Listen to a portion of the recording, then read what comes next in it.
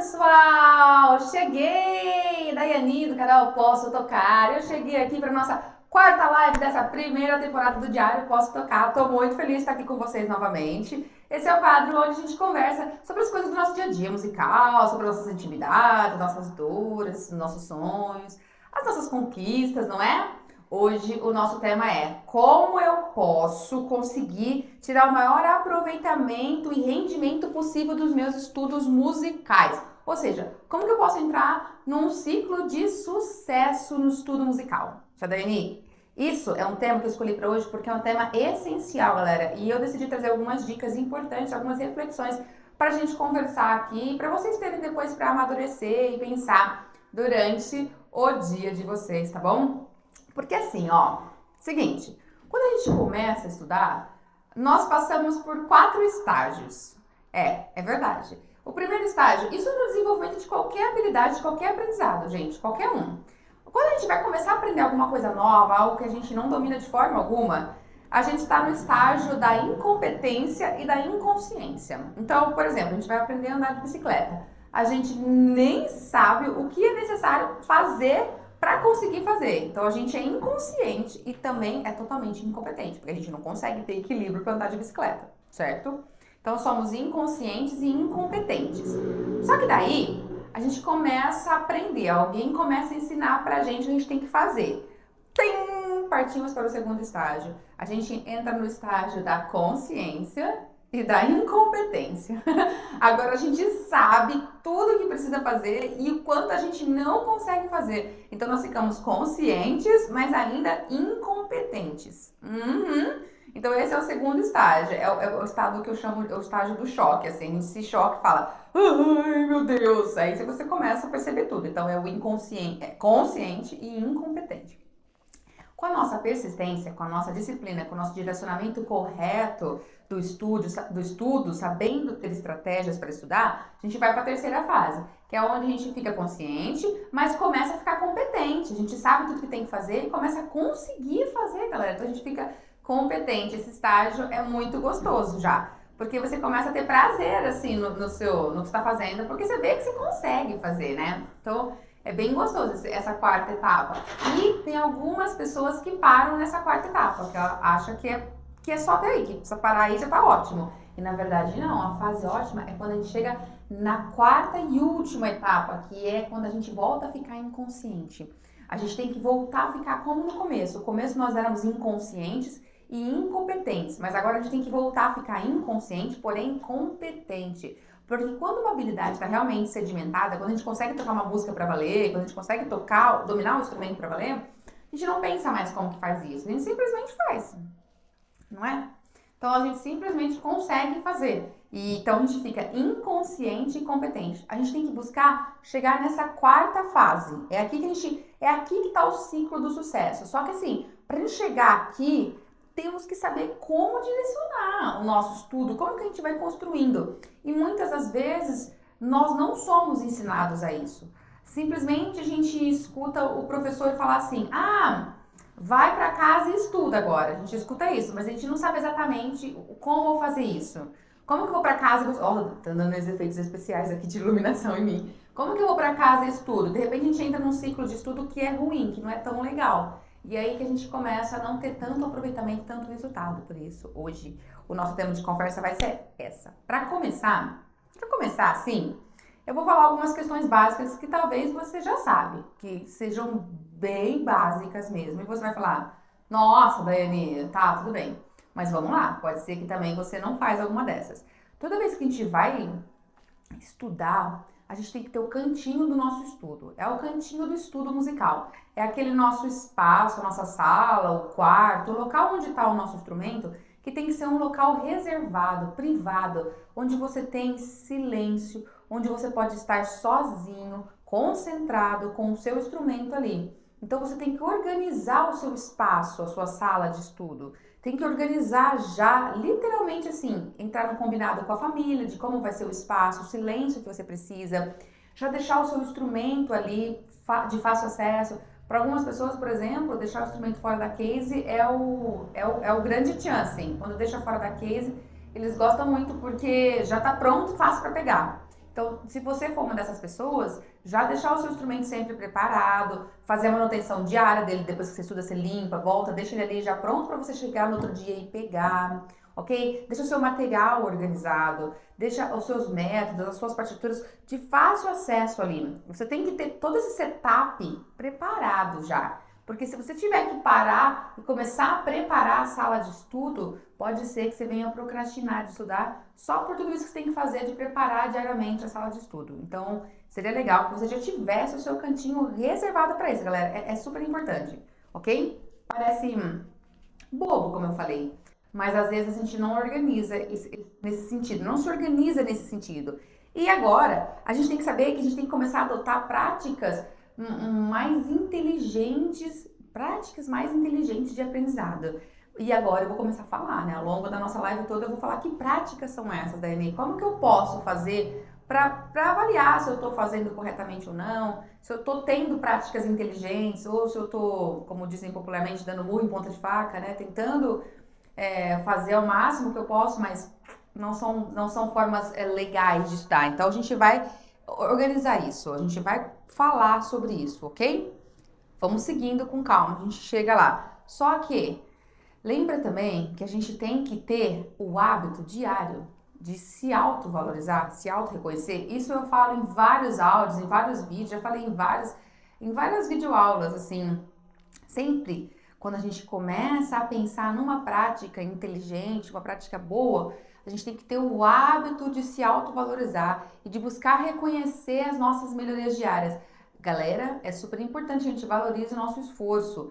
Às vezes nosso professor não valoriza o nosso esforço, mas às vezes a gente também não. Nós somos muito autocríticos, temos uma crítica aqui interna muito forte e a gente nunca acha que tá bom. Então, essa é uma condição que eu quero propor para vocês a partir de hoje. Todos vocês que me acompanham, que estão aí me vendo, vocês têm que ter um compromisso pessoal de se autovalorizar, de se parabenizar, de reconhecer pequenos esforços. Não ficar esperando a grande mudança, porque a grande mudança ela não vem diariamente. Todas as estratégias que eu vou passar aqui não são de grandes mudanças, são de pequenos hábitos, de pequenas estratégias que você vai adotar, que vai fazer com que você suba de passo em passo diariamente, porque esse é o segredo. E para você conseguir reconhecer isso, você tem que ter o hábito de se valorizar, de se parabenizar, de reconhecer pequenos progressos, ok? Então esse é um desafio que eu lanço já aqui no nosso bate-papo para que você assuma esse compromisso com você, combinado? Porque, galera, isso é um hábito, tá? A gente se habitua a se valorizar, a reconhecer ou não. Então, eu quero te desafiar isso, a ter essa mudança de comportamento, ok? E lembra, dentro desse espaço de você se valorizar, no nosso estudo musical, nós temos que dividir o estudo em 4 partes. A gente tem sempre aquele momento do estudo que a gente vai começar com coisas não tão difíceis, coisas de aquecimento, com coisas que a gente já consegue fazer, que é para aquecer. Aí a gente vai passar para as coisas que já são um pouco mais desafiadoras, porque a gente não consegue totalmente. A gente está quase conseguindo, mas não consegue, tem que estudar um pouquinho mais.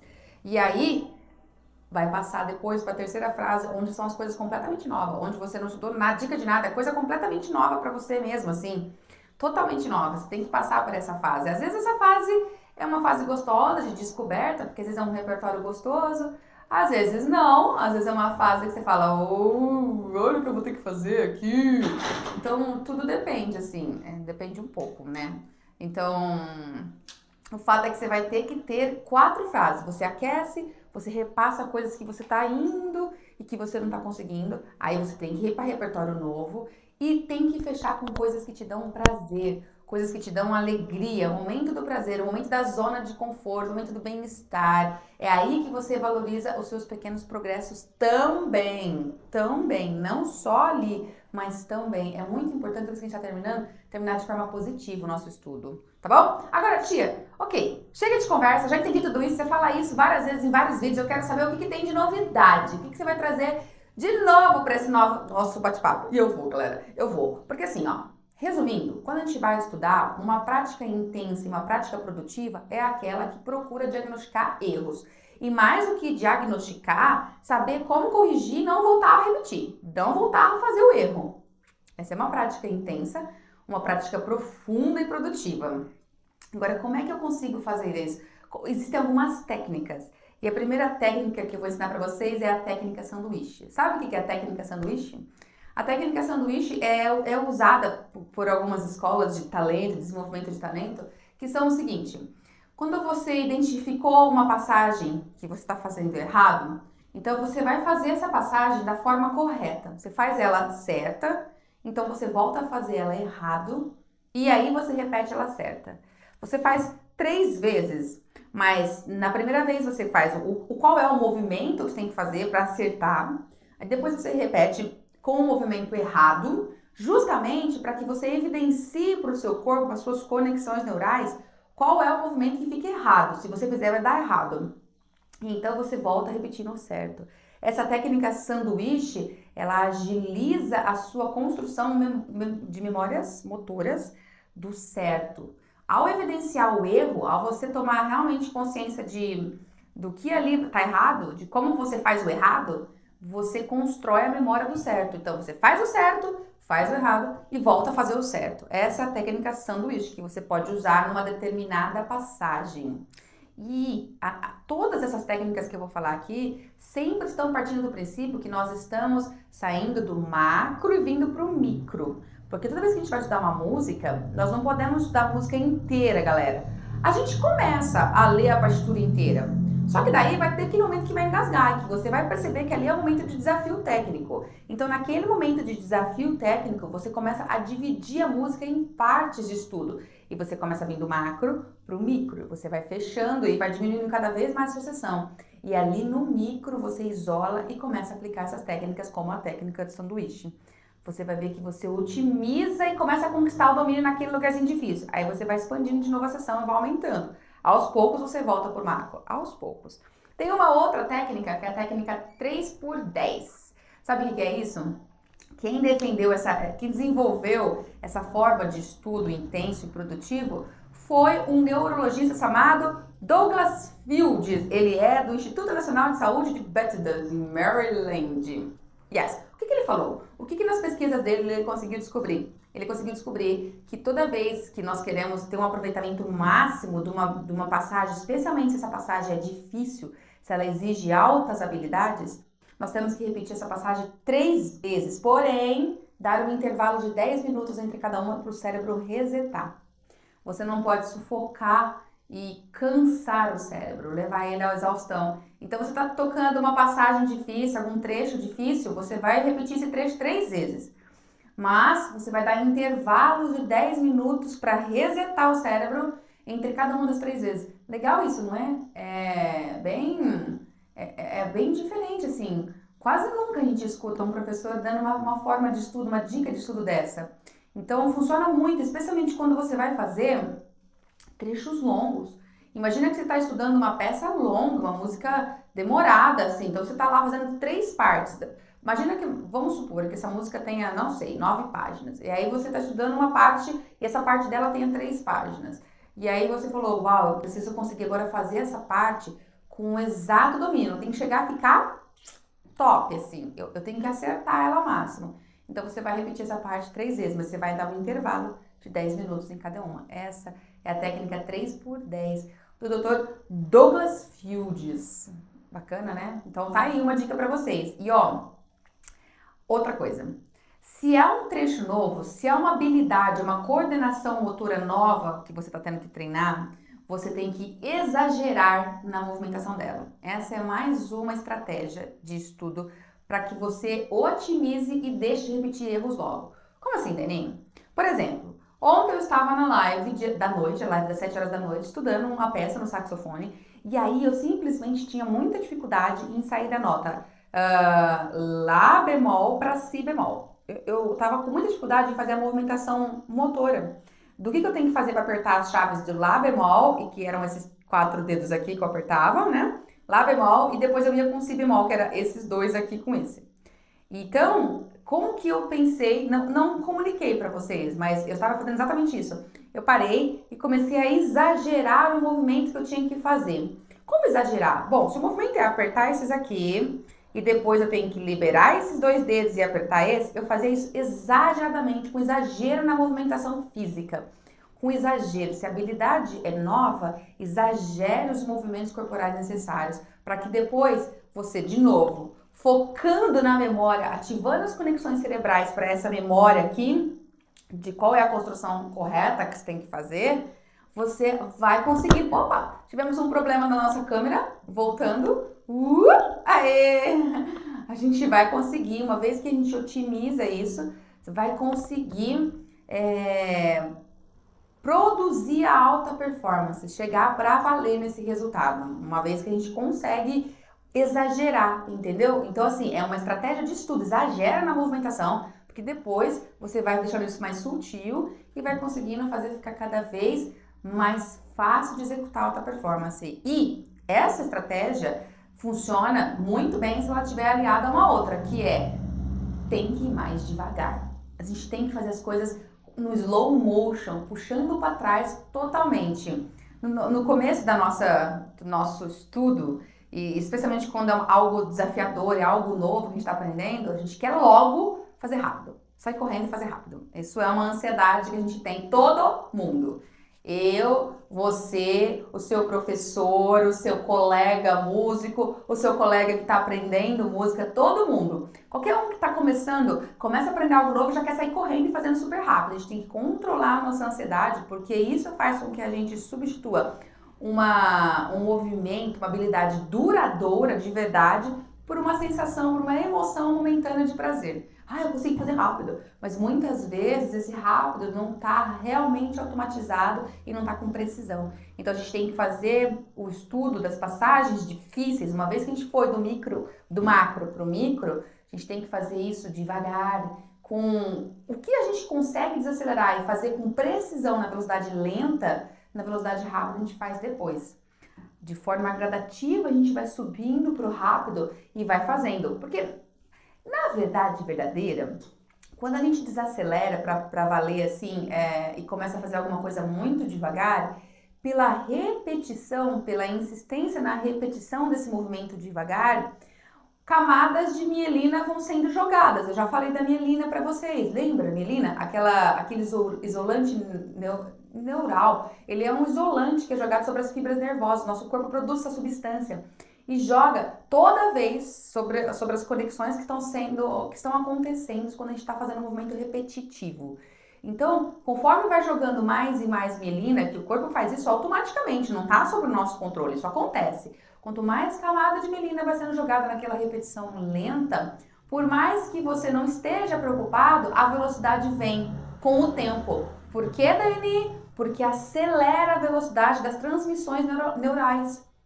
Então, você está fazendo lento, mas automaticamente a velocidade do aprendizado passa de 3,2 km por hora para 320 km por hora. Não é você que tem que se preocupar em subir a velocidade. Isso acontece pela mielina que está ali facilitando as comunicações que acontecem entre os neurôniozinhos, entendeu? Então, você tem que o que você pode fazer?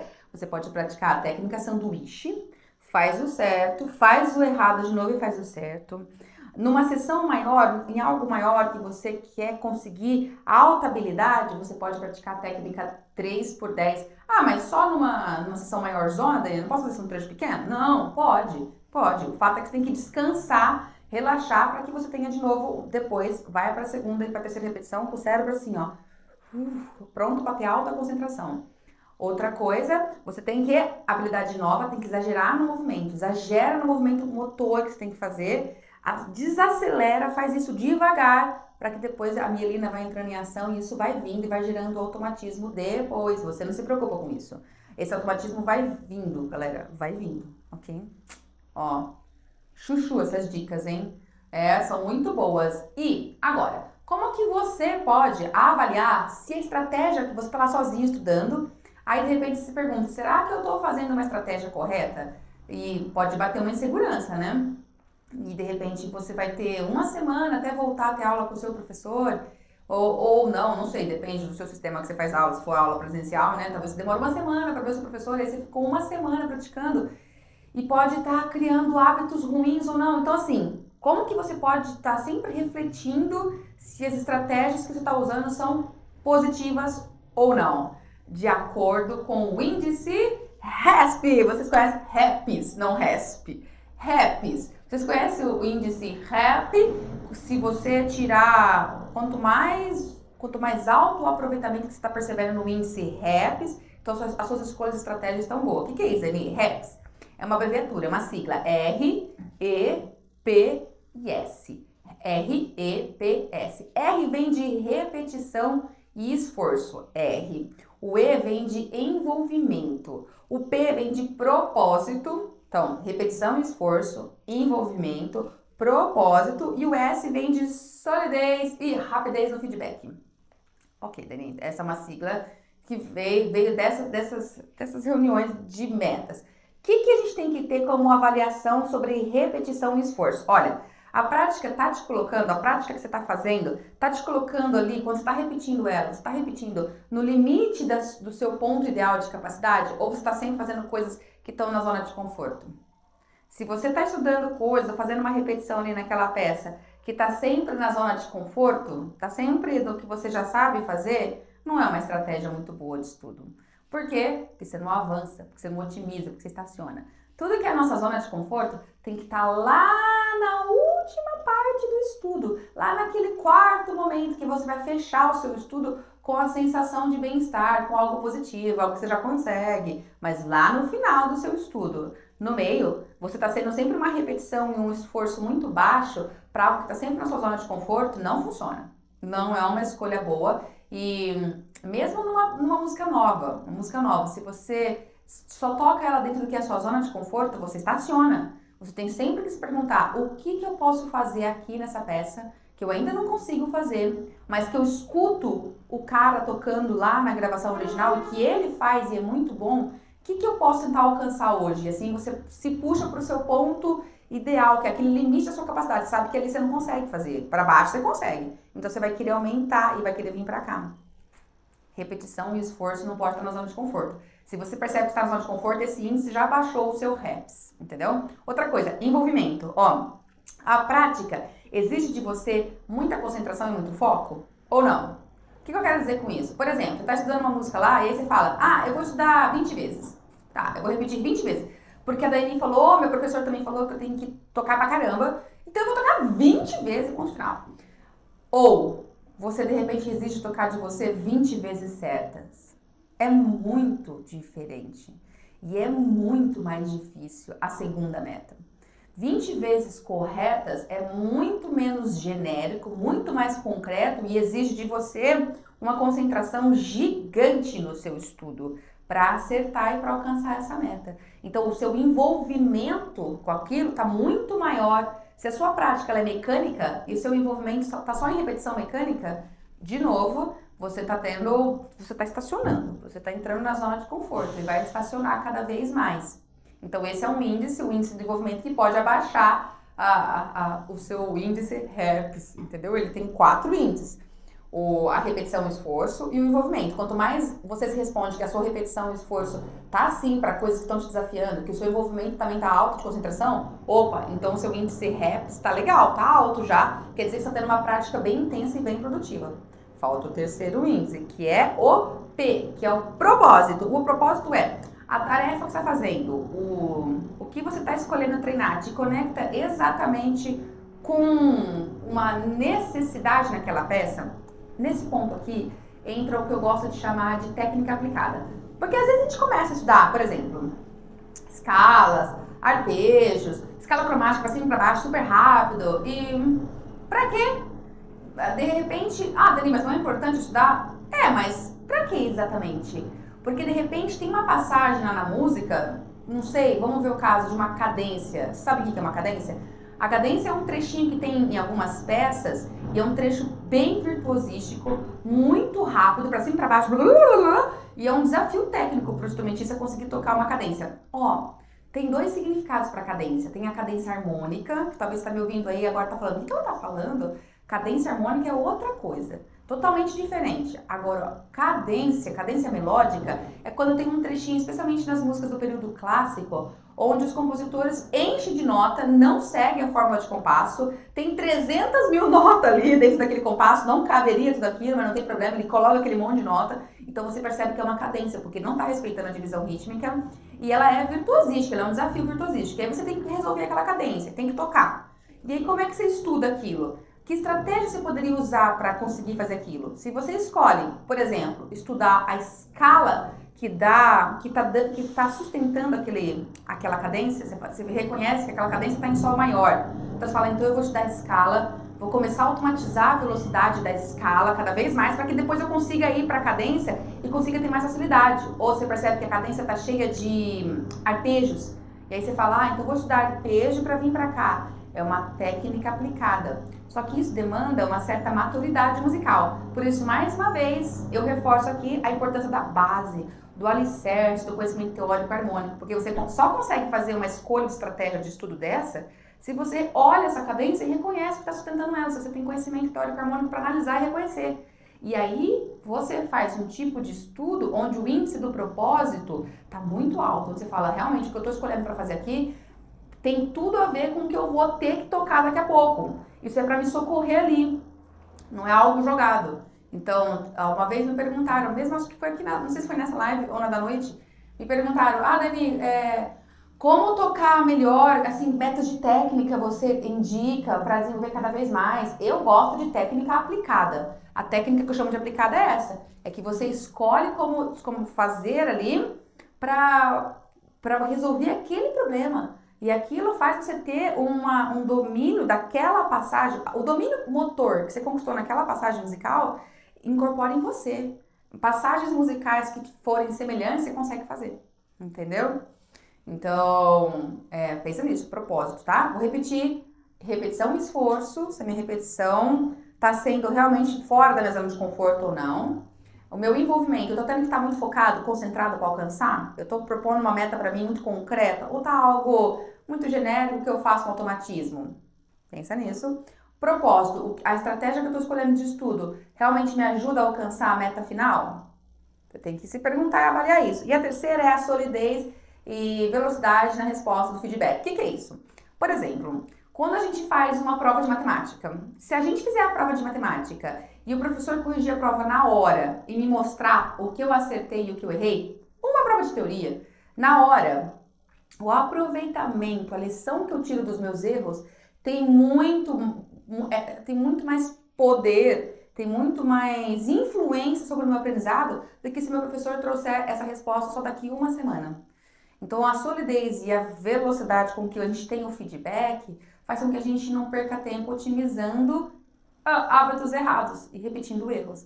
Então, esse é um outro ponto, assim, que a gente tem que ficar buscando, assim, que alguém logo... É que, assim, se você tá sozinho, se você não tem um professor para estar ali diariamente te dando esse feedback, se você vai ter aula só daqui uma semana, é perigosíssimo. É aí que a gente encontra os automatismos de erros. E é péssimo, porque quando a gente automatiza erros, você que tá me escutando, não sei se já passou por isso. Eu já passei na minha fase estudante. Enfim, a gente estuda de uma forma, acha que é a forma correta, porque a gente não tem maturidade no começo, especialmente maturidade técnica daquele instrumento, e às vezes não tem maturidade nem dos fundamentos da música, então você não consegue avaliar se tá certo ou não, aí você estuda. E você estuda uma semana, e aí você vai pra aula e estudou tudo errado. Aí começa o transtorno, porque você volta pra casa e você tem que corrigir tudo, e aí é uma chatice, porque o corpo automatizou, a Melina foi lá e foi jogada. Ela foi jogada naquele movimento errado e ela tá automatizada. E aí você tem que ficar brigando para... Não tem como esquecer. Você tem que construir um novo hábito e brigar com o automatismo, porque vem o automatismo. Então, assim, essa solidez e a velocidade de feedback é muito importante no nosso processo de aprendizado, de estudo. Por isso, minha dica é que eu te dou. Se você vai ter aula só daqui uma semana e você tá um pouco em dúvida, se grava. Hoje em dia a tecnologia tá aí, se grava. Manda no WhatsApp do seu professor, manda nas redes sociais dele, manda um e-mail e fala, professor, por favor, eu preciso saber, isso aqui tá certo? Eu preciso saber se isso aqui tá certo ou não. E cobra esse feedback mais rápido, sabe? Busca por isso. Se você não tiver ali com o professor ao vivo, é um professor online, busca também. Busca essa mentoria. Não tenho nenhum desses daí, sou autodidata, tô aprendendo sozinha. Ó, você precisa buscar de alguma forma. por meio de videoaulas, entra, pesquisa muito, pergunta muito no Google, busca respostas para saber isso, tá bom? Então, quanto mais o seu índice REPS for alto, melhor a sua prática está fundamentada. Mais êxito você vai ter, mais você vai alcançar o ciclo do sucesso nos estudos musicais. Essas dicas são poderosas, tá bom, galera? Fica muito ligado nisso, tá? E agora sim, pra gente continuar, algumas outras dicas importantes, algumas dicas mais de condução diária, de comportamento do nosso estudo, assim, como a gente vai fazer, como a gente vai se comportar. Primeiro, a gente nunca deve estudar no limite da exaustão. A gente não deve estudar quando já está cansado e também não deve continuar estudando quando você sente que está cansado. O nosso cérebro, a exaustão mental é totalmente inimiga do aprendizado. A gente tem que estar descansado para estudar. É verdade. Senão a gente fica dando de novo murro em ponta de faca. Se você tem uma rotina intensa de dia, tem pessoas que têm uma rotina intensa de dia de trabalho, né? Então, deixa para estudar à noite, que é o horário possível. Só vai realmente ser produtivo para você se você não está com exaustão mental. Se você está cansado já, se a sua mente está cansada, era melhor você ter que dormir. Não resolve. Em termos de domínio de habilidade, de construção de habilidade motora, não resolve. O cérebro tem que estar que nem uma esponjinha seca para absorver conhecimento. E ele só vai estar com essa esponjinha seca se ele estiver descansado.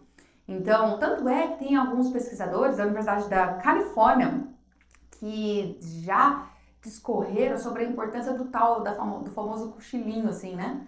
A gente tem que cochilar. O que eles estavam nos querendo dizer? Que cochilos, a pesquisa deles dizia que cochilos de até 90 minutos faz com que a gente aumente a proporção, a produtividade da nossa memória em 10%, quando a gente para e consegue ter 90 minutos ali no meio do dia para cochilar. E aí depois você volta, né, para suas atividades normais, você aumenta a sua capacidade de memória em 10%. E pessoas que não têm, que não fazem isso, que ficam acordadas, né, direto, vão embora, elas diminuem a capacidade de retenção, a capacidade de memória em 10%. Então, quando a gente descansa, por causa disso, o cérebro está descansado, né? Você aumenta a capacidade de retenção. E não está descansado, diminui a capacidade de retenção. Ah, Dani, mas eu não tenho como tirar cochilo, você pode estar falando.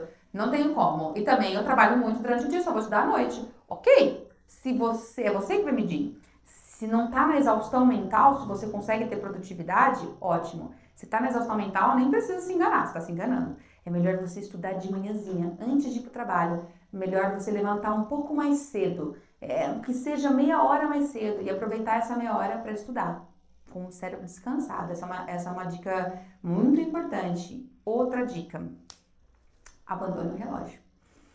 Essa dica pode gerar um pouco de conflito, assim. Como assim, Dani, abandonar o relógio? Como estudar abandonando o relógio? Eu tenho um tempo certo para estudar, eu não tenho a vida inteira, eu não vivo com vida de cigarra, né, pra ficar cantarolando e tocando a vida inteira. Eu sou formiguinha, eu tenho que trabalhar, né, Dani? Vamos lá, como é que eu vou abandonar o relógio? Isso é uma metáfora que quer dizer o seguinte, um estudo produtivo, um estudo que realmente vai trazer crescimento seu, ele não é medido em horas, não é medido em tempo que você ficou praticando. Nunca é isso.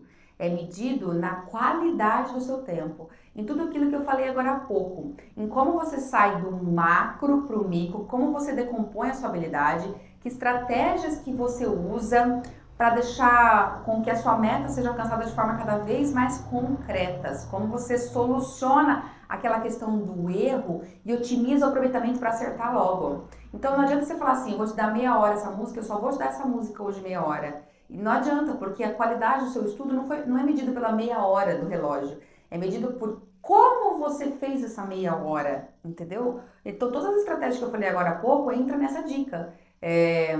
Tem que ser algo mais concreto, algo que você tenha direcionamento de como realmente otimizar o resultado. Você tem que, por exemplo, falar, não, nessa meia hora eu vou buscar acertar 5 vezes. É a estratégia lá que tem a ver com o envolvimento, né? Do REPS, do índice do REPS. Então, aqui eu vou então fazer a técnica 3x10 durante esse tempo. Então, você aumenta, você direciona melhor a sua forma de estudo. Não quer dizer que você vai ficar ad libitum estudando o dia inteiro, não é isso. Mas é que às vezes a gente tem essa forma de estudar, vou estudar meia hora hoje e vou repetir 2 músicas nessa meia hora. vou ficar 15 minutos em cada música. É uma escolha pouco produtiva, porque entra no estudo mecânico, entra no estudo que só fica automatizando erros, não evita erros, tá bom? Show? E ó, uma dica assim, curiosa, que acredito que a maioria não faz e pode ter até uma certa, tipo assim, pratique imediatamente após as suas performances. Sabe o que é performance? Performance é uma palavra americana, é um termo americano muito usado entre os músicos, que significa uma apresentação musical. Uma vez que você se apresenta, você fez um recital, participou de um concerto, tocou em público, isso é uma performance. Então, assim, sempre que a gente se prepara para se apresentar ao vivo, a gente vai lá e toca, né, em público, às vezes acontece alguns errinhos. E é natural também, porque nós não somos perfeitos, a gente está construindo a nossa evolução. O que nós deveríamos fazer? Logo em seguida que acabou a performance, nós deveríamos tocar de novo. E quase ninguém faz isso. Quase ninguém faz isso. E olha, eu juro, quase ninguém me orientou a fazer isso. E eu também não fazia isso após os meus recitais. Então, qual é a importância disso? Porque quando a gente acaba de praticar, quando a gente acaba de se expor ao público e teve alguns momentinhos de erro, esses erros estão fresquinhos. A gente sabe exatamente, lembra exatamente o que aconteceu ali, o que você não conseguiu coordenar. Então é o momento de você identificar esses pontos fracos e corrigir, saber ensinar para o seu corpo. Mas para fazer isso, nós temos que ter um mindset de crescimento muito fortalecido. Eu acabei de fazer várias postagens nos nossos canais sobre isso, porque se a gente tem um mindset, uma mentalidade fixa, rígida, onde a gente interpreta o erro como algo muito ruim, e a gente não consegue fazer isso. Acabou a apresentação, você teve alguma decepção, você simplesmente fala, não quero mais saber, e deixa pra lá. A gente só consegue encarar essa oportunidade que teve ali do erro no ao vivo como uma oportunidade que depois eu vou corrigir, vou solidificar o acerto, se a gente estiver muito nutrido na nossa motivação e ensinando o nosso cérebro a pensar que o erro é uma oportunidade.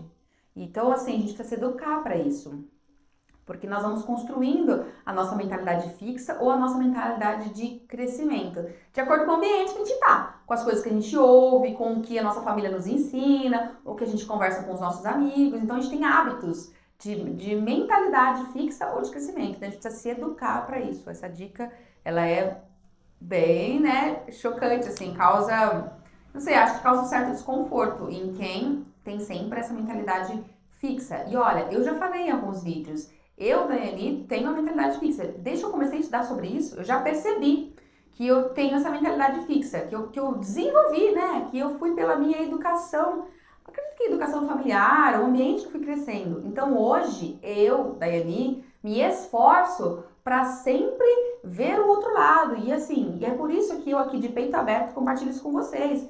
Porque as situações ideais, nós conquistamos as situações ideais, elas não estão em nós prontas, a gente tem que conquistar, a gente tem que se colocar, é importante a gente reconhecer, sabe? É importante a gente ter a humildade de reconhecer e falar, poxa, acho que esse comportamento está me atrapalhando. E fazer o esforço para mudar, a gente não pode negar que a gente não sabe. Uma vez que a gente já sabe isso, aí vem o nosso esforço. Por quê? Porque senão a gente cristaliza oportunidades de avançar nos nossas metas, nos nossos sonhos, naquilo que a gente quer conquistar. Entendeu? Entendeu? Então, fica ligado aí, tá? E, por último, antes de dormir, tenha o hábito de assistir um filme mental, assim, de se colocar para ter uma visualização do que você julga que seria a forma ideal da sua performance. Então, como você imagina que você quer estar tocando? Qual é a forma ideal que você se imagina tocando? Que som que você quer tirar? Como que você se enxerga, assim? É um hábito simples, né? Que a gente não faz. Antes de dormir, diariamente, a gente não faz. Pois é, mas pesquisas já comprovaram também que esse simples ato de visualização, de autovisualização, fortalece a nossa motivação, aumenta o nosso desempenho, aumenta a nossa resistência mental, nossa resiliência, a confiança em si próprio. A gente começa a confiar mais e aumenta a resiliência para a gente buscar. isso que a gente está mentalizando. É o que eu falei agora há pouco de buscar, de se esforçar. Então a gente tem que saber aonde a gente quer chegar, tem que visualizar aonde você quer chegar, entendeu? É um exercício simples, parece bobo, mas a gente não faz. E essa é uma dica. Fica aí, ok? Pra você pensar, ok? E ó, tô quase chegando no final do nosso bate-papo, mas agora eu vou jogar uma frase que vocês vão falar assim, ó. Hã? Ó, seguinte, a nossa prática só começa mesmo quando a gente começa a acertar. Sabe o que eu quero dizer com isso? Sabe o que eu quero dizer? Porque a gente tem o hábito, e eu falei até agora, a live toda foi para falar dos erros. Foi de identificar erros, de como corrigir esse erro, como acertar, né? Como substituir frequência de erro por frequência de acerto, começar a acertar mais, certo? Então, acontece que a gente permanece assim no nosso estudo. A gente fica focado nessa identificação do erro e a gente repete, e agora vocês vão repetir com cada vez mais estratégias inteligentes para conseguir alcançar o acerto. E o que acontece? Quando a gente acerta, a gente para de tocar. É isso que a gente faz. A gente toca um monte até acertar. E a hora que acerta, para. E todo mundo faz isso. A maioria. Você não faz? Eu tenho certeza que faz. A nossa prática só começa quando a gente começa a acertar. Se a gente tocou, sei lá, 20 vezes errada, a gente tem que tocar 50 vezes certas.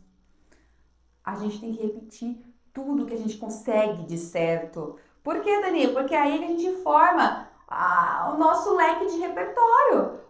Seja de repertório musical, seja de repertório de memórias técnicas que a gente vai fazer.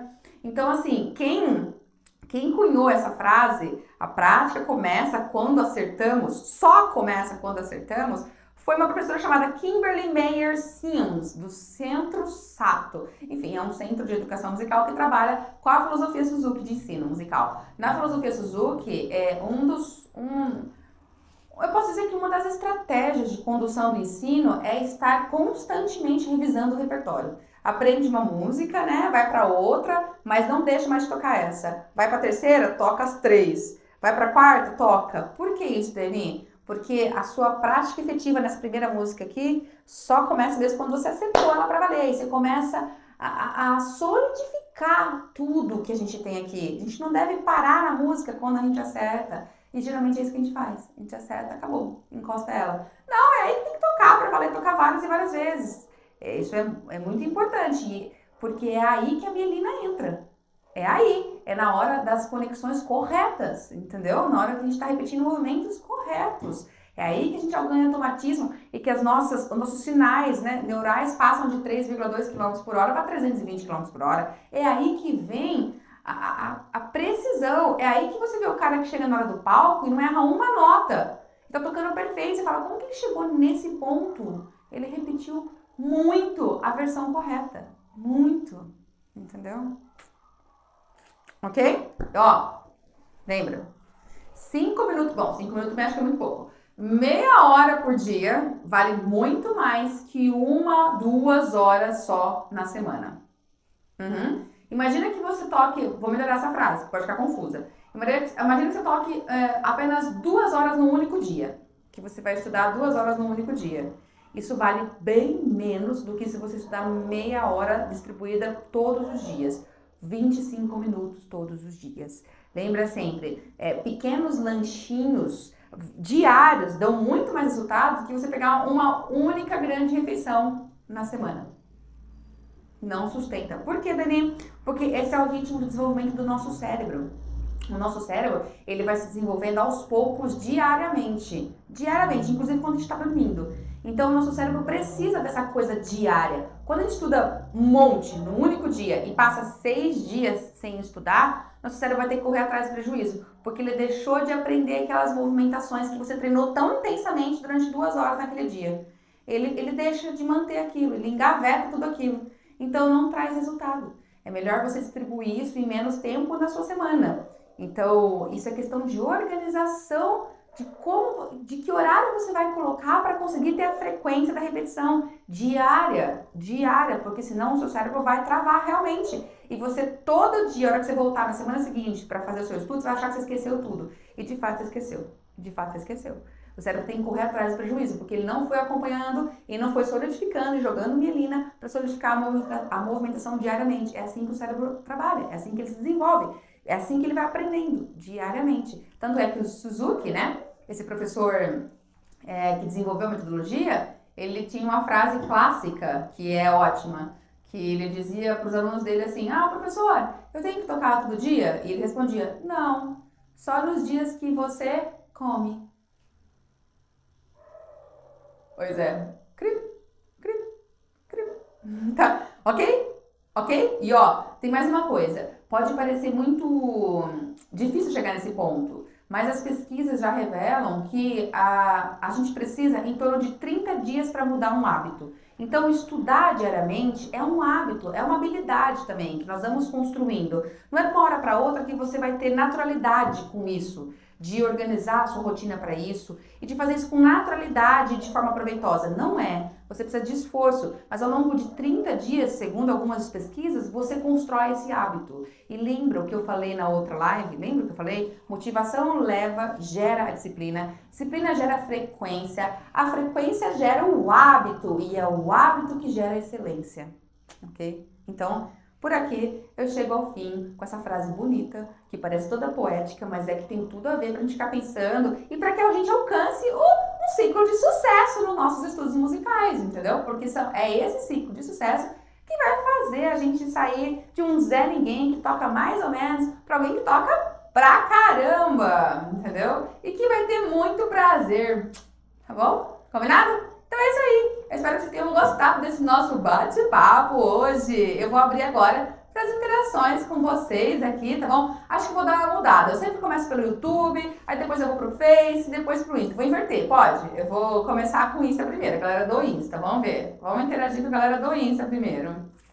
Deixa eu ver aqui. Nossa, tem um monte de mensagens. Galera, muito obrigada. Um monte de gente que foi entrando aqui. Vamos ver. O Joel falou: depois você tem que aprender sax reto, sax tenor e barítono. E as mesmas chaves, só muda a tonalidade. Tá bom, ok.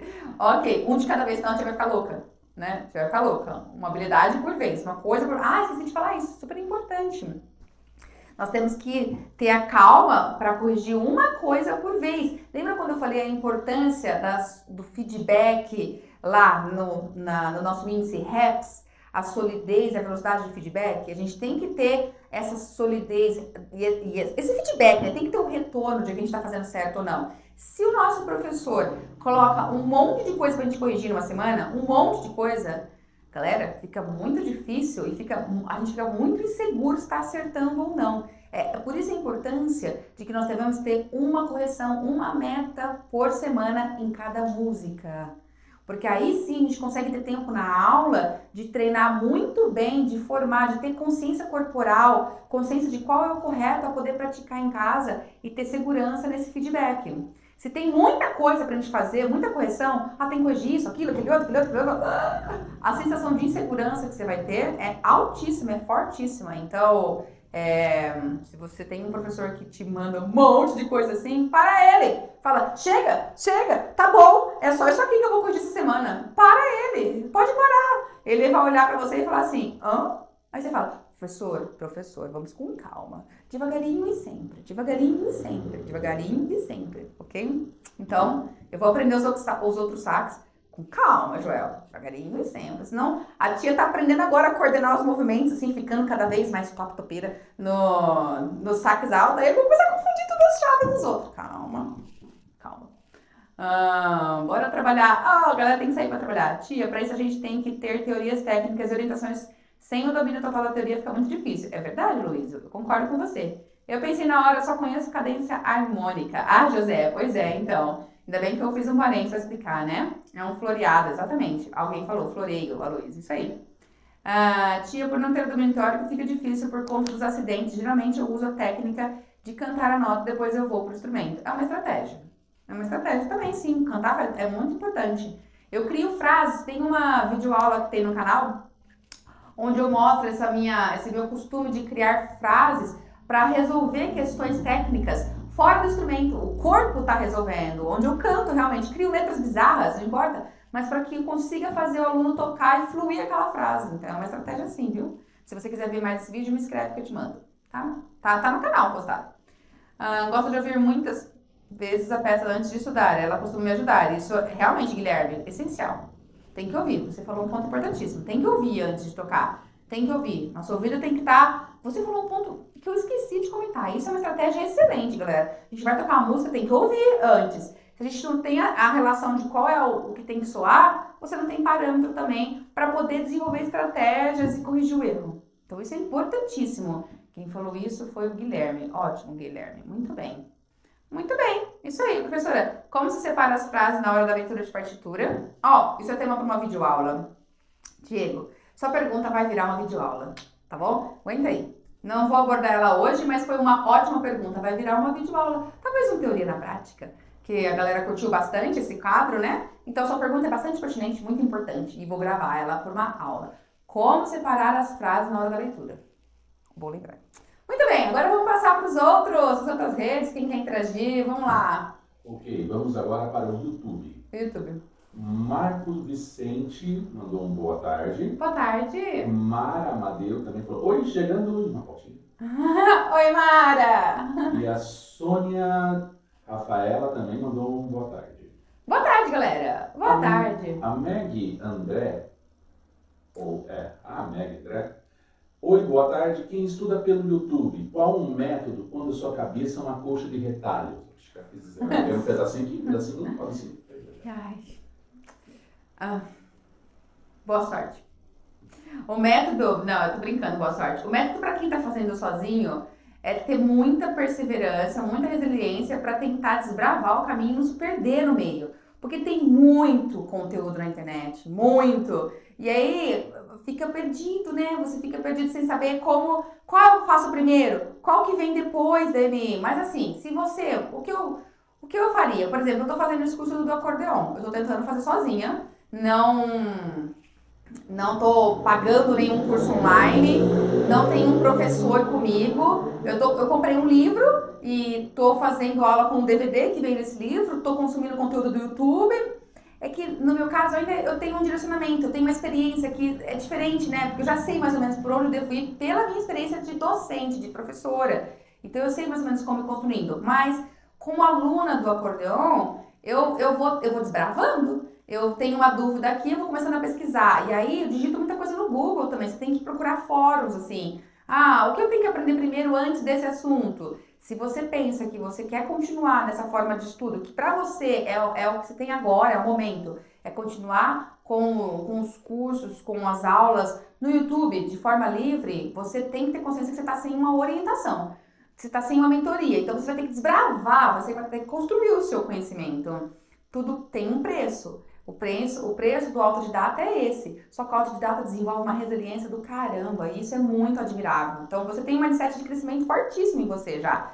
Porque você tá com o cérebro assim perdido, mas você continua buscando. Então parabéns, tá? Parabéns, é assim mesmo. Você tem que continuar buscando, fazendo muita pergunta no Google e correndo atrás, conversando, buscando profissionais, entendeu? Até o momento que você fale, agora eu vou direcionar de uma outra forma o meu curso.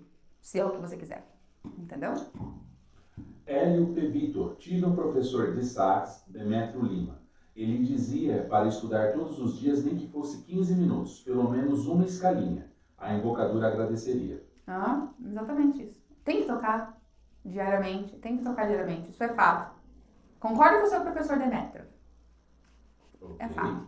Passando agora para o Face. Né? William Conceição, boa tarde. Mandou para você. Boa tarde. Maurício Sabe, oi Daiane, tudo ok? Quem compartilha conhecimentos merece parabéns todos os dias. Parabéns pela excelente aula. Muito obrigada, Maurício. Muito obrigada. Ronaldo Oliveira. Vendo em Santarém, Pará. Sempre com boas dicas e aprendizado. Parabéns. Santarém, no Pará. Roberto é o nome dele? Ronaldo. Ronaldo, que legal, Pará. Longe, hein? A gente tá bem longe, Ronaldo. Que legal ter você aqui, viu? Show. A Mauri Berlon. Olá, tudo bom? Não perca uma live. Que bom, Mauri. Que bom. Erivelton Nóbrega. Boa tarde, Daiane. Assistindo de Pocinhos, Pernambuco. Pernambuco. Uhul, longe também! Galera, que legal, que É legal. legal o pessoal falar de onde estão escrevendo, é muito bacana. Sim, muito bacana. Porque a gente vai vendo assim, né? A gente tá tão próximo aqui, mas ao mesmo tempo tão longe, então é legal saber. A Denise Miriams Gonçalves. Sempre no horário do meu almoço. Ai, tô amando, prof. Aqui um coração. Show, Denise! Ó, Opa, aqui já rolou uma conversa, né? Pocinhos é a terra do meu sogro. Tivemos ano passado em férias aí, Juazeirinho e Redondeza. ó. Legal. A Jane Oliveira. Legal, você explica com clareza. Que bom. Obrigada, Jane. É isso que eu quero mesmo, ajudar a desmistificar e conduzir, construir, né? Construir o nosso aprendizado para que a música chegue aos 4 cantos por aí, porque tem que chegar, porque ela é muito boa para nós, faz muito bem, então é isso. Adriana Teixeira. Nossa, arrumei uma amiga nova, a Mielina. A sua melhor amiga. É, você não sabia, mas ela estava dentro de você o tempo todo. E ela pode trabalhar por você. É só você realmente tratá-la como uma boa amiga, assim, fazer as repetições corretas. Jane Oliveira. Sou professora e estou gostando das dicas. Que bom, Jane! Que bom! Audrey Moreira. Oi, tia. Oi, Audrey! Erivelton Nóbrega. Algumas pessoas têm tipos de memórias diferentes. Isso faz toda a diferença na hora do estudo. Eu mesmo tenho memória auditiva mais aguçada do que a memória visual. Muitos músicos não sabem qual a mais aguçada, só descobrem com o tempo. É, nós temos várias memórias mesmo, Olivelton. A física, a auditiva, a visual, a memória tátil, espacial. Várias memórias trabalhando ao mesmo tempo, para ajudar, né? Para automatizar. Igor Leonardo mandou boa tarde. Ângela Esteves. Boa tarde, lindona. Saudades de você. Ângela! Olá, Ângela! Saudades! A Ângela virou mamãe! A Ângela foi minha aluna presencial, galera! A Ângela está aqui! Marcos Reis. Aula particular é assim, caro e demorado. Pois é.